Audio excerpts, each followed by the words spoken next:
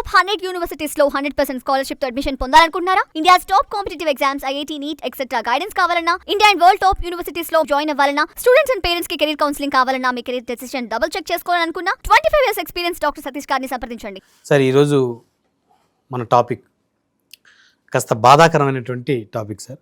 ఎందుకంటే medical seat రాలేదని at least వికలాంగుల కోటాలో అయినా సీటు దక్కుతుందని చెప్పేసి యూపీలో సూరజ్ అనేటువంటి ఒక స్టూడెంట్ తన కాలు తానే నరుక్కున్నటువంటి ఘటన ఒక్కసారిగా దేశవ్యాప్తంగా ఉన్న విద్యార్థి లోకాన్ని కదిలించింది.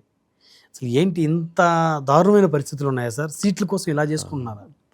అంటే అసలు అంటే మనం వినడానికే అంటే చాలా రకరకాలుగా విన్నాం, కానీ ఏదో మతాలు మార్చుకోవడం, కులాలు మార్చుకోవడం, రిజర్వేషన్స్కి వెళ్ళడం అనేది మనం చూసాం.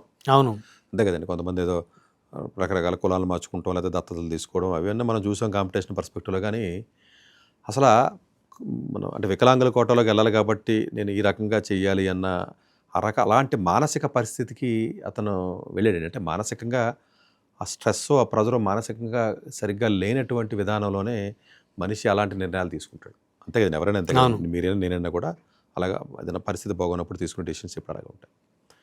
ఇది అసలు మొత్తం అంటే ఈవెన్ ప్రైమ్ మినిస్టర్ దృష్టి కూడా వెళ్ళిందండి. ఇది ఆల్మోస్ట్ చాలా రాష్ట్రాల్లో నా చీఫ్ మినిస్టర్ దృష్టి కూడా వెళ్ళిందండి.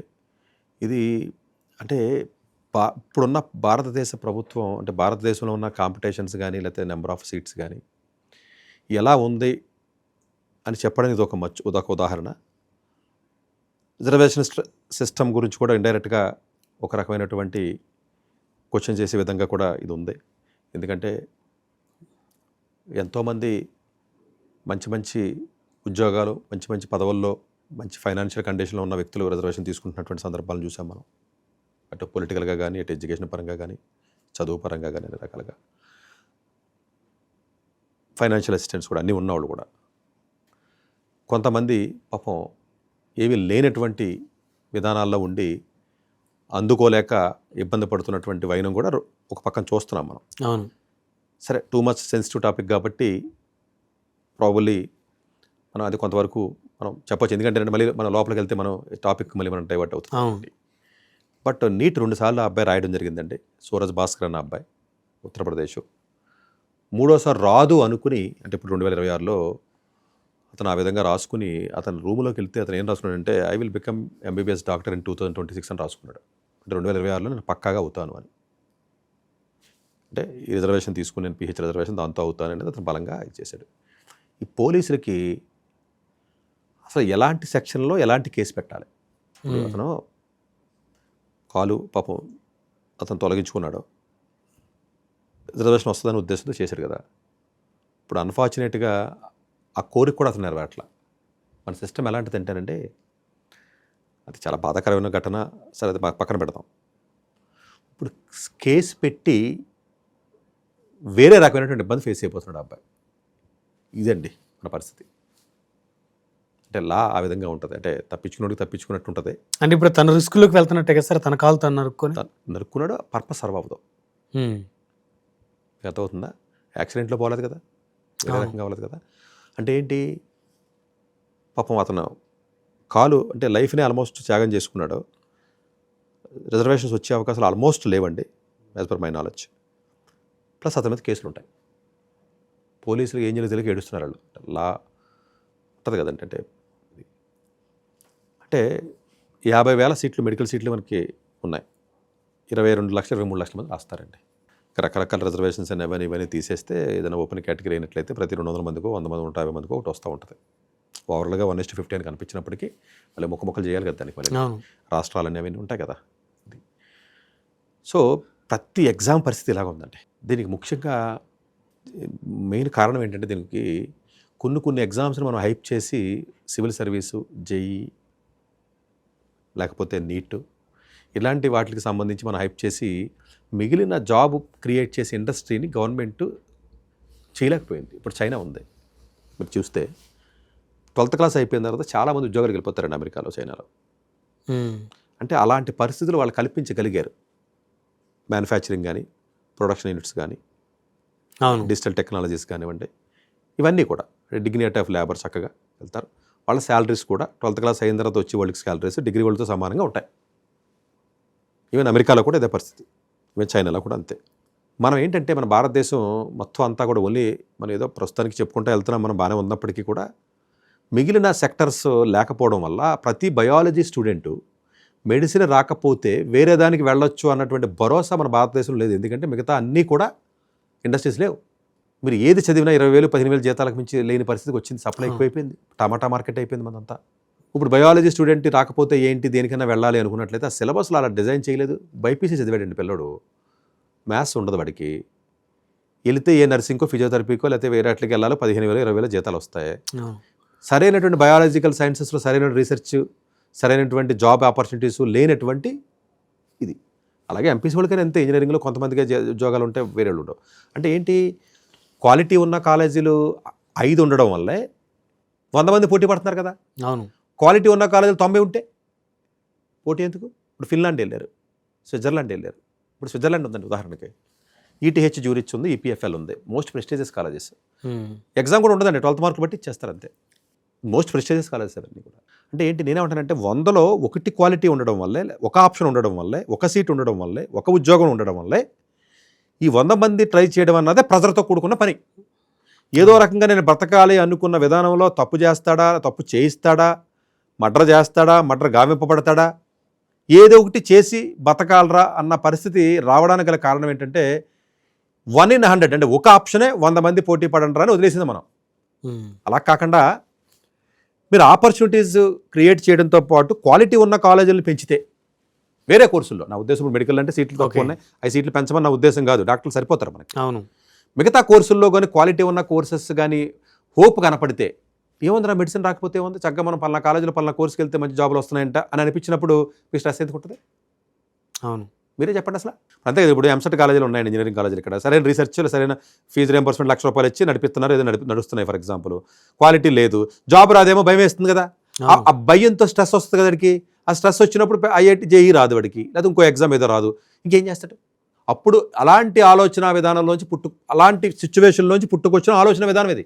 మనం ఆలోచనను క్వశ్చన్ చేయాలి. ఇప్పుడు సరే పర్సనల్కి పాపం ఇబ్బంది అయింది, అది పక్కన పెడదాం, పర్సనల్ లాస్ జరిగింది, ఇన్సిడెంట్ జరిగింది, వేరే. ఇప్పుడు బస్సు యాక్సిడెంట్ జరిగింది డిస్కస్ చేసాం. బట్ డ్రైవర్ ఎందుకు తాగాడు అన్నదంటే మూలాల్లోకి వెళ్ళి దానికి సంబంధించిన ఇష్యూ మీద మనం డిస్కస్ చేయాలి, అంతే కదండి. ఇష్యూ అనేది పక్కన పెడదాం.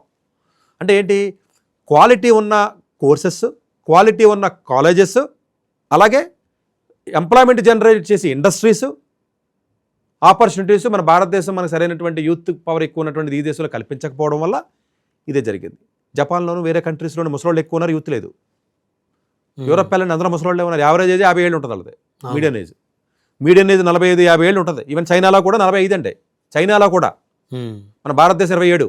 అంటే ఏంటి, ఎంత యూత్ ఉన్నటువంటి, ప్రపంచానికి జనాభా ఎక్కువ ఉన్న దేశం అయ్యి ఉండి యూత్ ఉన్న దేశంలో మీరు ఆల్టర్నేటివ్ ఆప్షన్స్ కానీ జనాలకు మీరు చూపించకపోతే యుద్ధాలు ధర్నాలు ఎందుకు జరగవు? కాదండి, ఇప్పుడు ఒకడొకడు దొంగతనం చేస్తున్నాడంటే ఏముంటుంది మీరు చెప్పండి రీజన్? అంటే బతడానికి అవును లేనప్పుడే కదా. అంటే ఇది ఏంటంటేనండి, ఈ విషయాన్ని అతను పర్సనల్గా లాస్ అయిందన్న విషయాన్ని పాపం చాలా బాధకరమైన విషయం, అలా మనం ఊహించడానికి కూడా అవకాశం లేని విషయం. అది తలుచుకుంటేనే అసలు మనిషి అసలు మనకు అది అసలు డైజెస్ట్ అవ్వట్లేదు ఆ పాయింట్. అంటే సార్ చదువుకుంటున్న విద్యార్థి మరి అంత అనాలోచనమైనటువంటి నిర్ణయాన్ని తీసుకునేటువంటి పరిస్థితి ఎందుకు వచ్చింది అనుకోవాలి స్టూడెంట్కి? కాదండి, ఎవరైనానండి, మీరైనా నేనైనా చేతిలో ఒక 2 ఏళ్ల పాటు కష్టపడ్డారండి ఒక పనికి. కష్టపడకపోతే పర్లా, కష్టపడకుండా ఆలోచన రాదు. కష్టపడిన తర్వాత చేయి జారిపోతుంది, నా వల్ల అవ్వదు అనిపించింది. మీరే ఉన్నారు, ఏదో వ్యాపారం చేస్తున్నారు, ఓ 10 లక్షలు అప్పు తెచ్చారు. మీ జీవితానికి 10 లక్షలు చాలా చాలా ఎక్కువ అనుకుందాం. 2 సంవత్సరాల పాటు వ్యాపారం చేశారు, ఎంత చేసినా మీ వల్ల అవ్వట్లేదు, ఇంకొక 10 లక్షలు అప్పు అయిపోయింది. ఇంకా మీ చేయి దాటిపోతుంది. మీకున్న ఆప్షన్స్ ఏంటి చెప్పండి? అయితే దొంగతనం చేస్తారా, లేదా ఎవరైనా బతిమాలుతారా, కాళ్ళు ఏళ్ళ పడతారా, లేకపోతే అవతలని కన్విన్స్ చేస్తారా, లేకపోతే మీరు మర్డర్ చేస్తారా, లేకపోతే మీరు చచ్చిపోతారా? ఇలాంటి ఆప్షన్సే కదా ఉంటాయి. మెంటల్గా మీరు అప్సెట్ అవుతారు కదా. అప్సెట్ అయినప్పుడు మనిషికి అప్సెట్ అవ్వాల్సిందే కదండి, ఎవరైనా అవ్వాల్సిందే కదండి. ఇప్పుడు మీ సో వాడు మీరు డైరెక్ట్గా 12th స్టూడెంట్ కాదండి అబ్బాయి, 2 సంవత్సరాల పాటు 20 సంవత్సరాల వయసు ఉన్న కుర్రోడు అబ్బాయి. భాస్కర్ అన్న పిల్లోడు 20 సంవత్సరాల వయసు, 17-18 కాదు. అంటే ఏంటి, 2 సంవత్సరాల పాటు 25 నెలలు చదివిన తర్వాత, అంటే పాపం అతనికి ఉన్నటువంటి సరే నేను మేధాశక్తితో లేకపోతే ఇంకోటి అన్న విషయం చెప్పను కానీ ఈ కాంపిటీషన్ తట్టుకున్నప్పుడు అతనికి ఉన్నటువంటి ఆ మార్కులో లేకపోతే అతనికి ఉన్నటువంటి విధానం అనుకో లేకపోతే సరే అతను ఓసీ అనుకున్నాడో లేకపోతే వాట్ ఎవర్ ద రిజల్ట్స్ వల్ల ఇప్పుడున్న పాలసీ నాకు రాదు అని ఒక నిర్ణయానికి అతను వచ్చేసాడు. రావచ్చు రాకపోవచ్చు అది ఎవరికి తెలియదు, నిజంగా రావచ్చాము పాపం, అలా కాకుండా చదువుకుంటే వచ్చి ఉండేదే అది వేరే విషయం. ఆ నిర్ణయానికి మనిషి వచ్చినప్పుడే కదండి మనిషి సూసైడ్ చేసుకుంటున్నాడు కదా. అవును సార్, అవును. ఇప్పుడు ఆ నిర్ణయానికి వచ్చేటప్పుడు అంటే మనుషులు ఎప్పుడు సింగిల్గా ఆలోచిస్తారండి, ఎవరితో ఆలోచించరు.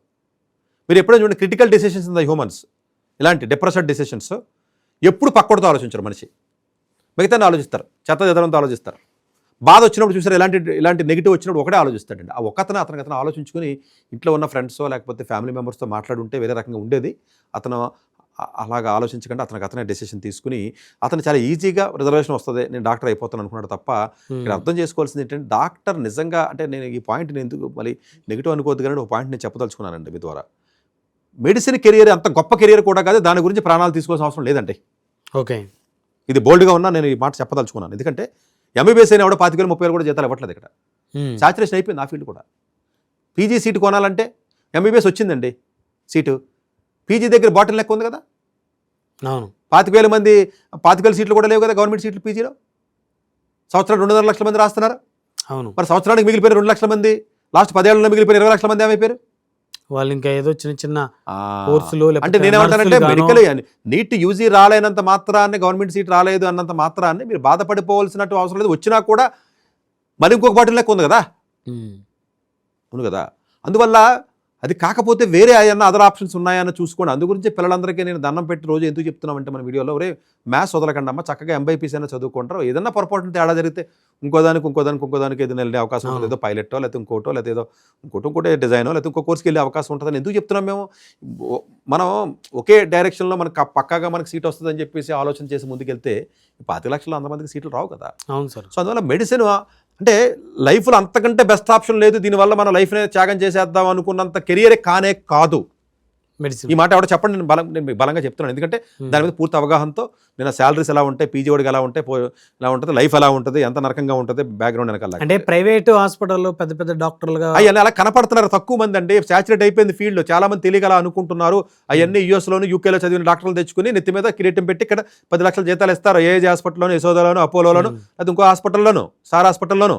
ఎవడన్నాడండి ఇండియాలో మామూలు కాలేజీలో చదివిన పీజీ వాళ్ళు ఇప్పుడు పీజీ వాడికి ₹1,00,000 కూడా జీతం లేదు. ఎయిమ్స్ ఢిల్లీలో పీజీ చదివితే విజయవాడ ఆంధ్ర హాస్పిటల్స్లో 1,50,000 జీతం లేదు.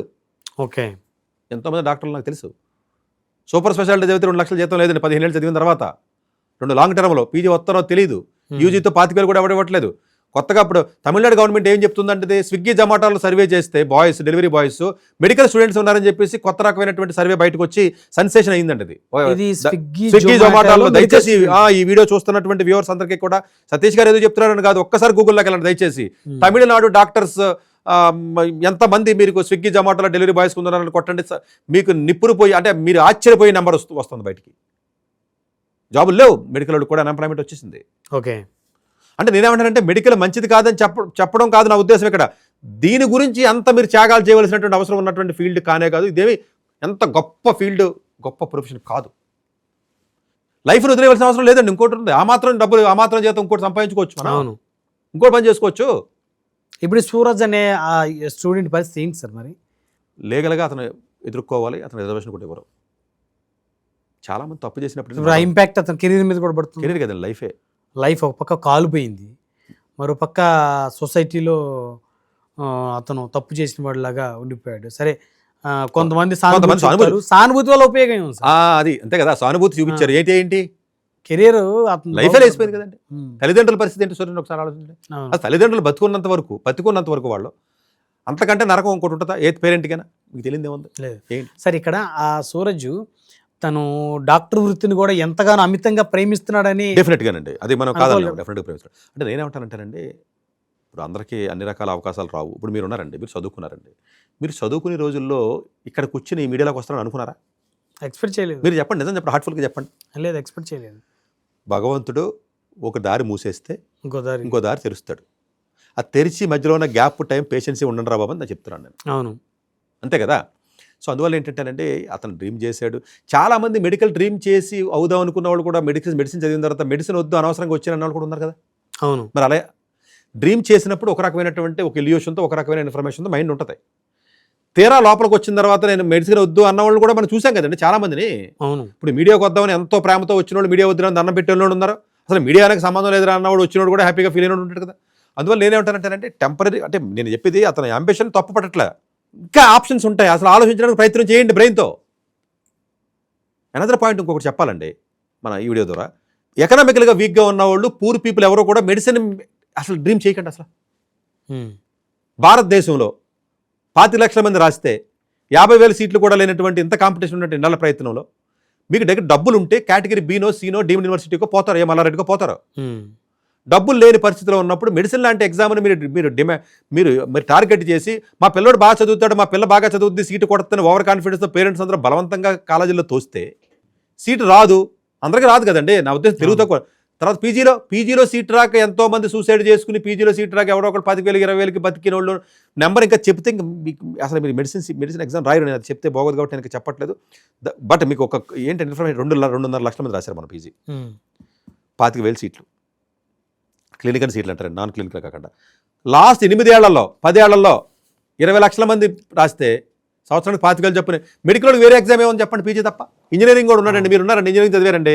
ఇంజనీరింగ్ కాకపోతే ఎంటెక్ కాకపోతే ఇంకో దానికి వచ్చారు కదా, సాఫ్ట్వేర్ కాకపోతే ఇంకో ఫీల్డ్కి వెళ్తారు కదా. మెడికల్ ఎంబీబీఎస్ వాడికి మెడికల్ పీజీ తప్ప ఏమైనా రాస్తాడా? ఆ ఫీల్డ్కి వెళ్ళాలి కదా, వేరే దానికి వెళ్ళలేదు. Correct, exact. డాక్టర్ అవుతానే కదా వచ్చావు నువ్వు, వెళ్ళాలి కదా.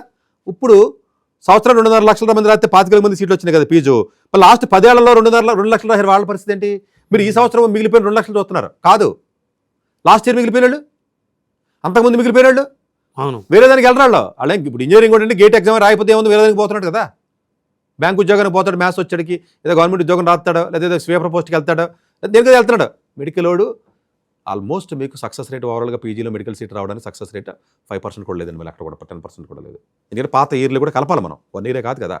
అంటే ఇవన్నీ డబ్బులు లేనటువంటి వాళ్ళు, స్తోమత ఫైనాన్షియల్ లేని వాళ్ళు తక్కువ చేయడం కాదు కానీ, అంటే మీరు మెరిట్ కాదా, మాకు సీట్లు వస్తాయి అని వాదించుకోవడానికి, ఆర్గ్యుమెంట్ చేయడానికి బాగుండొచ్చేమో తప్ప మానసికంగా చాలా రకమైనటువంటి స్ట్రెస్తో కూడుకున్నటువంటి పని. ఓకే, తల్లిదండ్రులు కూడా చాలా మానసికంగా కాదండి. ఇప్పుడు మీ ఇంట్లోనే ఒక పిల్లో మెడికల్ రాస్తానంటే మీకు భయం వేస్తుంది. సీట్ రాకపోతే డబ్బులు ఎక్కడి నుంచి కట్టాలి అన్న క్వశ్చన్ ఇస్తే అవును, మీకు భయమేదా? సో నేనేమంటానంటేనండి, ఇండియాలో lower middle class, poor people, ఏదో రెక్కాడితే కానీ డొక్కాడదన్నట్టుగా ఉన్నటువంటి ఫ్యామిలీస్లో ఉన్నటువంటి వ్యక్తులు పిల్లలు కూడా మెడిసిన్ రాస్తున్నారు. అంటే వాళ్ళని డిస్కరేజ్ చేయడం కాదండి నా ఉద్దేశం. అంటే అంత మెరిట్ ఉందో లేదో ఒక్కసారి వెరిఫై చేసుకుని, ఈ కాంపిటీషన్ తట్టుకోగలరో లేదో వెరిఫై చేసుకుని, ఎవడో నాలాంటి దగ్గరకు వీళ్ళంటి దగ్గరకు వచ్చి వెరిఫై చేసుకుని పక్కాగా కొట్టగలం అనుకుంటే మీరు అన్న తప్ప, మీ కోరికతోనో, మీకున్న ఎమోషన్తోనో, మీకున్నటువంటి డీప్ ప్రేమతోనో నేను చేయడం అన్న తప్పు. ఇప్పుడు 10th క్లాస్ అయిందండి, పిల్లవాడు నీట్కి వెళ్ళాలి, నాలెడ్జ్ని ఒకసారి చెక్ చేసుకోవడంలో తప్పే ఉంది. అవును, లేదు నేను కష్టపడి చదువుతున్న వస్తాను మూర్ఖత్వంగా వాదిస్తే, వాదించడానికి ఏముందండి, లాజిక్ మాట్లాడడానికి వీడియో చూసినప్పుడు కూడా లాజిక్ మాట్లాడడానికి ఏముంటుంది, ఎవడైనా మాట్లాడతారు. మేము చాలా మందికి వచ్చినాయి కదా మాకు రావద్దా, మేము లేని వాళ్ళని చదవకూడదా, డబ్బులు లేని వాళ్ళు చదవద్దని చెప్పి సతీష్ గారు సలహా చెప్తున్నారా, మేము డాక్టర్లు అవ్వద్దా అని చెప్పడానికి బాగుంటాయి, ఆర్గ్యూ చేయడానికి. బట్ సీట్ రాకపోతే 2 ఏళ్ళు 3 ఏళ్ళు లాంగ్ టర్మ్ చేసి మానసికంగా సఫర్ అవుతున్నటువంటి వాళ్ళకి మాత్రమే మేబీ నా మాట అర్థమవుతుందేమో. ఓకే, సో ఇప్పుడు సూరజ్ అనే ఆ స్టూడెంట్ అన్యాయంగా ఆలోచన లేకుండా వేరే వేరే వేరే వేరే దారి ఉందన్న విషయం అతనికి మనం తెలియకే కదా. అవును, తెలియకే కదా. ఆ పరిస్థితి ఎందుకు మనకు రావాలి? అవును.